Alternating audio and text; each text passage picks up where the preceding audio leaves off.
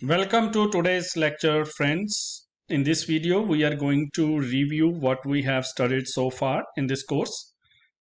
So we have seen that vector fields in the background universe are of this form. That first of all, any field in the background universe is a function of time only. There is no spatial dependence in the background universe because background universe is homogeneous, so there's no spatial dependence. And the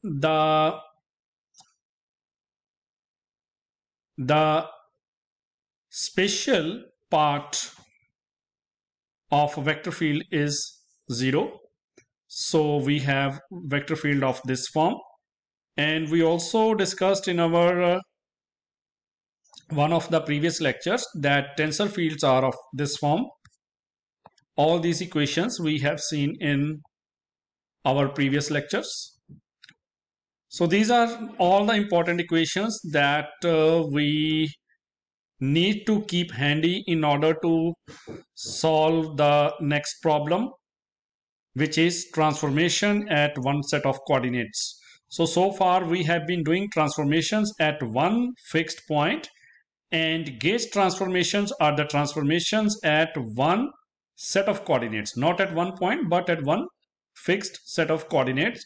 We want to see that a given set of coordinates, how a physical quantity, how the value of a field transforms from one gauge to another gauge at one set of coordinates. We want to develop a framework for that.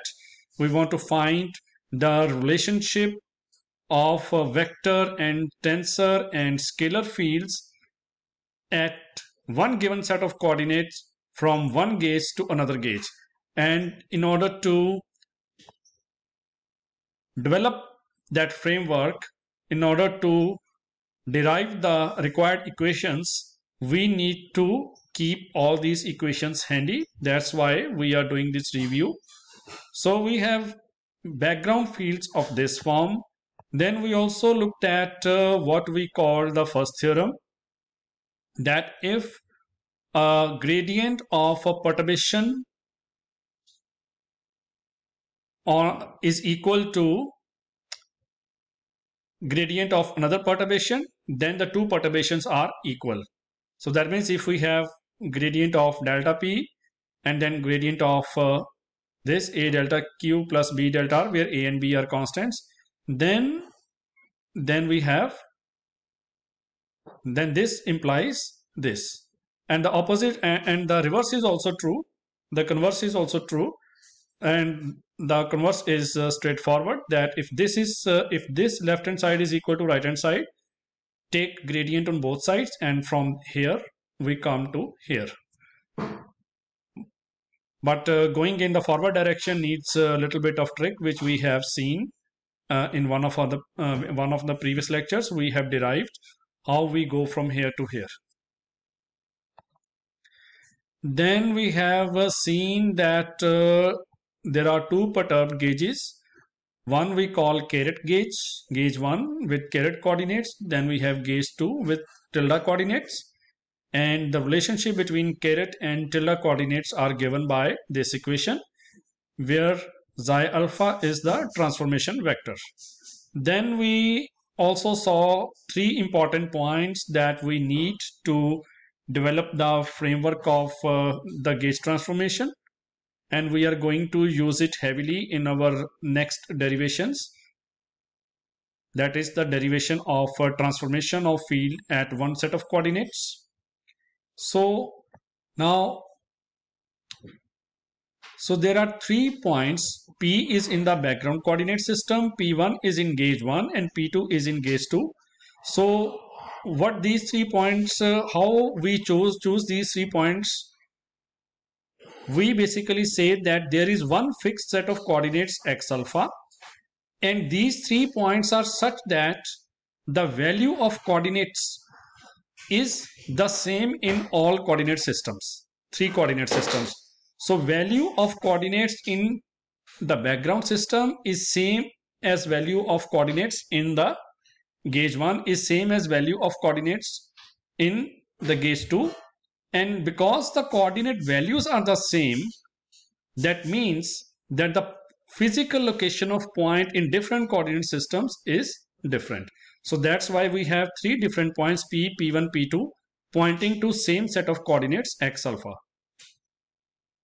Then we also saw that in any coordinate system, the position vector of P2 in the when I say position vector, I mean in the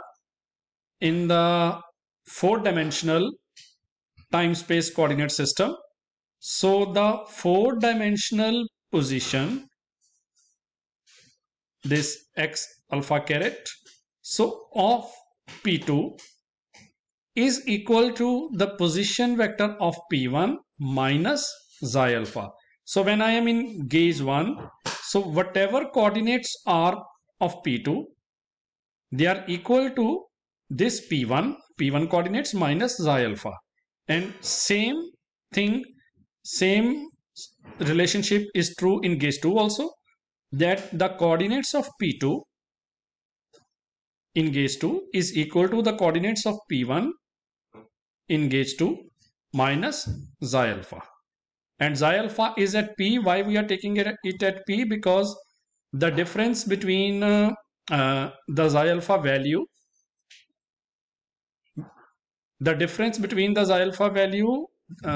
at P and at P1 or at P2 is of second order.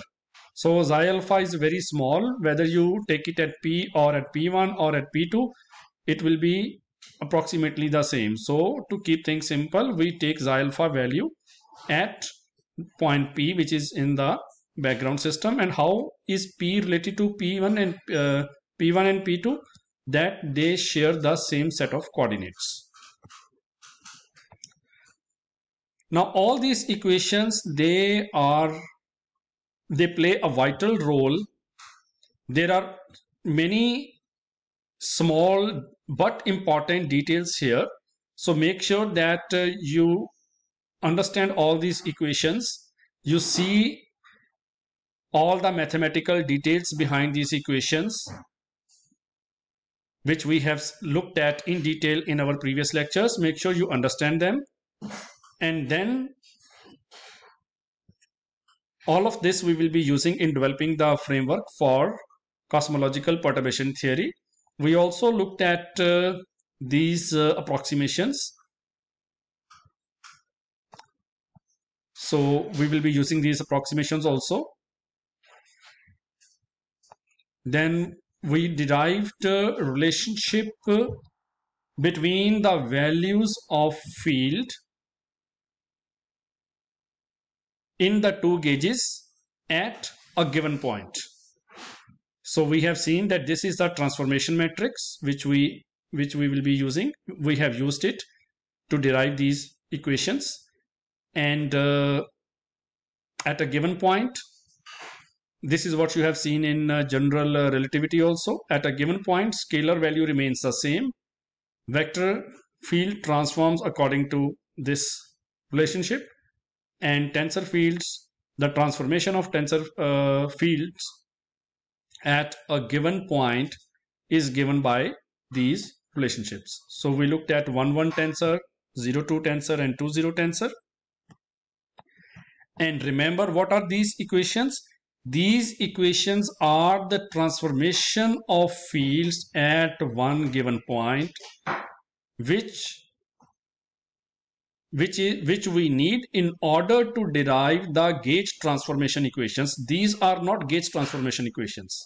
So when we transfer the value from one gauge to another gauge, we do not transform at given point, but we transform at a given set of coordinates. So remember that given set of coordinate means three different points. So given set of coordinate means P point in the background coordinate system, P1 in gauge 1, P2 in gauge 2. So when you're talking of gauge 1 and gauge 2, there are two different points. But these equations are at one given point. So we will be using this to derive gauge transformation, which is at one given set of coordinates, which will correspond to different points. Thank you.